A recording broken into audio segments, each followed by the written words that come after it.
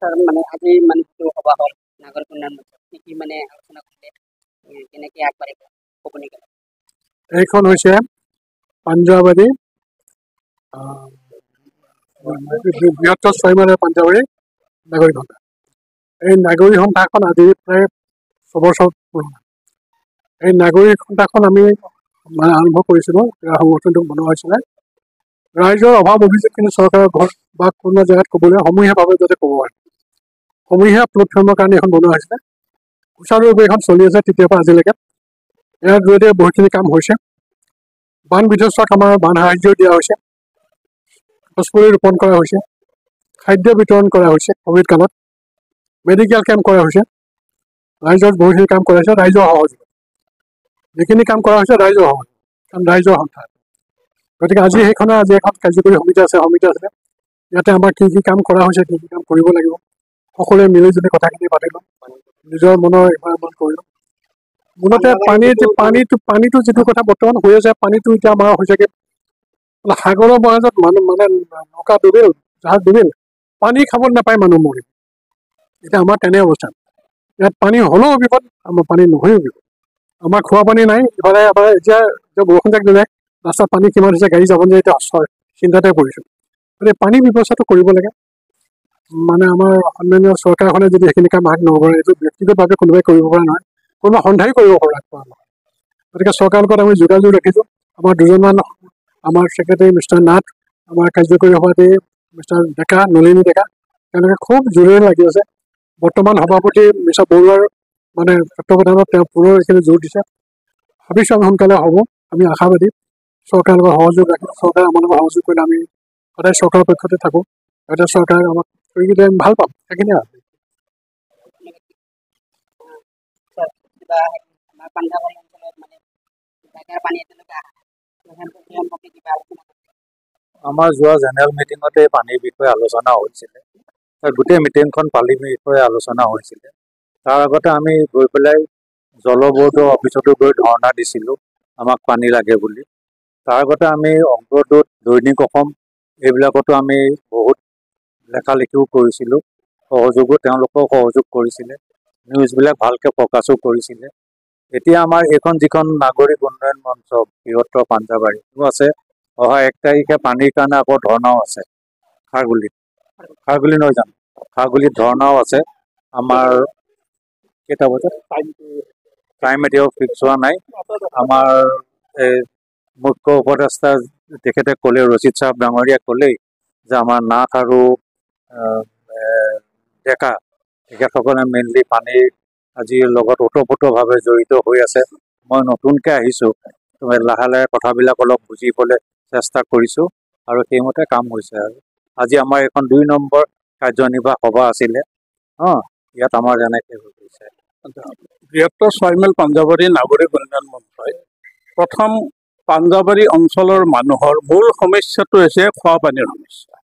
আৰু খোৱাপানীৰ সমস্যাক লৈ আমি নাগৰিক মঞ্চৰ তৰফৰ ফালৰ পৰা আমি লাগি আছোঁ। আৰু এই খোৱাপানীৰ সংক্ৰান্তত যে গুৱাহাটীৰ যি অভিলেখী আঁচনি আছে, অসম চৰকাৰৰ 4খন, তাৰে 3খন আমাৰ এইটো উত্তৰ পাৰত, এখন দক্ষিণ পাৰত আৰু এখন আছে উত্তৰ পাৰত। গতিকে আমাৰ দক্ষিণ পাৰৰ আমাৰ এৰিয়াটো হৈছে আমাৰ আঁচনিখন দক্ষিণ পূব পানী যোগান আঁচনি।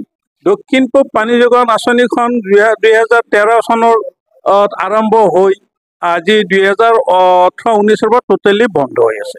আৰু 2021 চনৰ ডিচেম্বৰৰ পৰা চৰকাৰে ঋণ বিচাৰি আজি পৰ্যন্ত ঋণ ল'ব নোৱাৰাটো এটা ডাঙৰ পৰিতাপৰ কথা হৈ পৰিছে। গতিকে এতিয়া টেণ্ডাৰ কল কৰা বুলি পেপাৰত পাইছোঁ, কিন্তু আজিও লোন চেংচন হোৱা নাই। গতিকে পানী কেতিয়া পাই ক'ব নোৱাৰোঁ। তথাপিতো পাঞ্জাবাৰী অঞ্চলৰ ৰাইজে সহজতে যাতে পানী পায়, যিহেতু ৰিজাৰ্ভাৰ 6টা 3টা আছে, আমাৰ নৱজ্যোতিত হ'ব লাগে, সেইটো হোৱা নাই।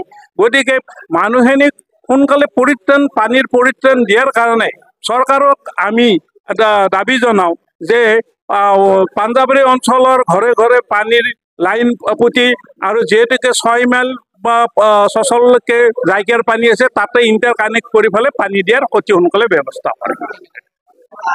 ছয় মাইল পাঞ্জাবাৰী অঞ্চলত এতিয়ালৈকে পানী আঁচনি অহা নাই। এই সম্পৰ্কে আপুনি আচলতে আমাৰ এই বৃহত্তৰ 6 মাইল পাঞ্জাবাৰী উন্নয়ন কমিটি যিটো আমাৰ তাৰে আমি সুদূৰ অৰ্থত এই অঞ্চলৰ উন্নতি অৰ্থে কাম কৰাই আমাৰ উদ্দেশ্য। কিন্তু সেই কামত যেতিয়া আপুনি পানীৰ কথা কৈছে, পানীৰ কাৰণে আমি বাৰু চেষ্টা কৰি আছো। এতিয়া শুনিছোঁ 2029 পাম, আমি আশাবাদী। চাওঁ কিমান কোনফালে মানে গভৰ্ণমেণ্টেও আগবাঢ়ে, আমিও আগবাঢ়িব লাগিব। আৰু বাকী আপোনালোকৰ চেনেলত অশেষ ধন্যবাদ জ্ঞাপন কৰিছোঁ, আপুনি এইখিনি কাভাৰ কৰিছে। আৰু বাকী আমাৰ চৰকাৰৰ আগতো আপোনাৰ বাৰ্তা পাব বুলি আশা কৰিছোঁ। নাগৰিক উন্নয়ন মঞ্চৰ কেতিয়া আলোচনা হ'ব নাগৰিক উন্নয়ন যিটো মঞ্চ আছে, আজি মই প্ৰথম আহিছোঁ মিটিঙত আহি মই যিটো গম পালোঁ, সঁচাকৈ আমাৰ জনসাধাৰণৰ যিটো জ্বলন্ত সমস্যা, এই জ্বলন্ত সমস্যা হৈছে আমাৰ মানুহৰ পানীৰ সমস্যা। কিন্তু আমাৰ এতিয়া কি হয়, পানীৰ সমস্যা বুলি ক'বলৈ খোৱা পানীৰে সমস্যা, কিন্তু বানপানীৰ সমস্যা নাই আমাৰ। বানপানীটো আমাৰতো একমৰ পানী, এক কাঠি কমৰ মানে গোটেই ৰাস্তাৰে পানী হয়। পানীৰ সমস্যা আমাৰ দুটা, এটা হৈছে বানপানীৰ সমস্যা, এটা হৈছে আমাৰ খোৱা পানীৰ সমস্যা। আমাৰ সমস্যা ডাঙৰ হৈছে খোৱা পানীৰ সমস্যা। সেইটো কাৰণে মই আপোনালোকৰ চেনেলৰ থ্ৰু দি মই আমাৰ চৰকাৰক অনুৰোধ কৰিম, আমাৰ মুখ্যমন্ত্ৰীৰ আগত অনুৰোধ কৰিম, যাতে আমাৰ এই বৃহত্তৰ পাঞ্জাবাৰী 6 মাইল অঞ্চলৰ যিটো আমাৰ পানীৰ সমস্যা হৈ আছে, খোৱা পানীৰ সমস্যা হৈ আছে, তেখেতে যাতে আমাৰ এই জনসাধাৰণখিনি যিটো খোৱাৰ পানীৰ ব্যৱস্থাটো কৰি দিয়ে, সেইটো লৈ মই আমাৰ নাগৰিক মঞ্চৰ তৰফৰ পৰা মই তেখেতক অনুৰোধ কৰিছোঁ, তেখেতে যাতে আমাৰ খোৱাৰ পানীৰ ব্যৱস্থাখিনি কৰি দিয়ে, ৰাইজক সুবিধা হ'ব। তেতিয়া ইয়াত প্ৰথম কথাটো হৈছে কি যে আমি যিটো দীৰ্ঘকালৰ পৰা ভুগি আছোঁ পানীৰ সমস্যা, যে পানী এতিয়া দক্ষিণ পূব পানী যোগান আঁচনিটোৰ কাৰণে চৰকাৰে টেণ্ডাৰ কল কৰিছে।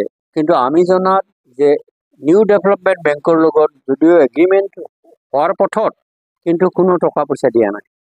কিন্তু টকা পইচা নোহোৱাকৈ, কোনো ফাণ্ড নোহোৱাকৈ গভৰ্ণমেণ্টে টেণ্ডাৰ কল কৰিছে। আৰু ইয়াততো বাজেটতো দক্ষিণ পূব আঁচনিৰ কাৰণে কোনো টকা ধৰা নাই, গতিকে টকাটো ক'ৰ পৰা আহিব?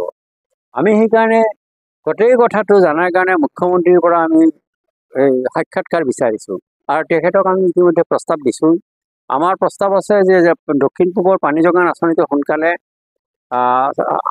কাম আৰম্ভ কৰিব লাগে, যিও আধৰুৱা কাম। আৰু 2 নম্বৰ কথাটো হৈছে কি যে কৃত্ৰিম বানপানী, জুৰিপাৰ, তাৰপিছত ফকৰুদ্দিন আলি আহমেদ নগৰ, আকৌ হাটগাঁও পথৰ দক্ষিণ অঞ্চলত যিটো বানপানী হয়, গতিকে তাৰপিছত 6 মাইল পাঞ্জাবাৰী ৰাস্তাত বানপানী, এইখিনিৰ কাৰণে ইমিডিয়েটলি চৰকাৰে ব্যৱস্থা কৰে। তেওঁলোকে কৈছিলে ড্ৰেইন খান্দি শিলহাকলৈ লৈ যাব, গতিকে শিলহাকলৈকে নিয়ে না কি কৰে, গতিকে ড্ৰেইনৰ ব্যৱস্থা কৰি পানীটো লৈ যাব, কাৰণ পানী যোৱাৰ কোনো ৰাস্তা নাই, যাৰ কাৰণে এইখিনিত বানপানী হয়। গতিকে আমি চৰকাৰক এই দুটা দাবীয়ে বিশেষকৈ দিছোঁ। আৰু আমি স্মাৰক পত্ৰ আৰু তেওঁৰ বিচাৰিছোঁ, মানে সাক্ষাৎকাৰ বিচাৰিছোঁ। এতিয়া তেখেতে কেতিয়া দিয়ে নাজানো, কিন্তু আমাৰ আন্দোলন চলি থাকিব। 1 জুলাইত আমাৰ ধৰ্ণা কাৰ্যসূচী চলিব, যে জলবোৰ্ড কাৰ্যালয়ৰ ওচৰত 11টা বজাত।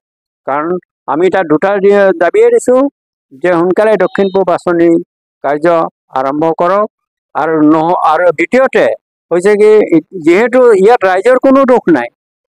এই আঁচনিটো 2013ত আৰম্ভ কৰিছে, 18তে শেষ হ'ব লাগে। আজি 26 বছৰৰ, এতিয়া গভৰ্ণমেণ্টে আৰম্ভ কৰিও কমেও 32-33 লাগিব। কিন্তু গভৰ্ণমেণ্টে হাইকোৰ্টত এফিডেভিট দিছে যে 2029ত এই আঁচনিটো সমাপ্ত হ'ব। গতিকে কি হিচাপে হ'ব? আজিলৈকে কোনো কাম আৰম্ভ হোৱা নাই, টকা পইচা নাই, গভৰ্ণমেণ্টে ক'লে হ'ব নেকি? গতিকে আমি কৈছোঁ কি যে যেতিয়ালৈকে নহয় এই আঁচনিটো কাৰ্যক্ষম নহয়, তেতিয়ালৈকে এই মানুহখিনিক ঘৰে ঘৰে পানী দিয়াৰ ব্যৱস্থাটো কৰক।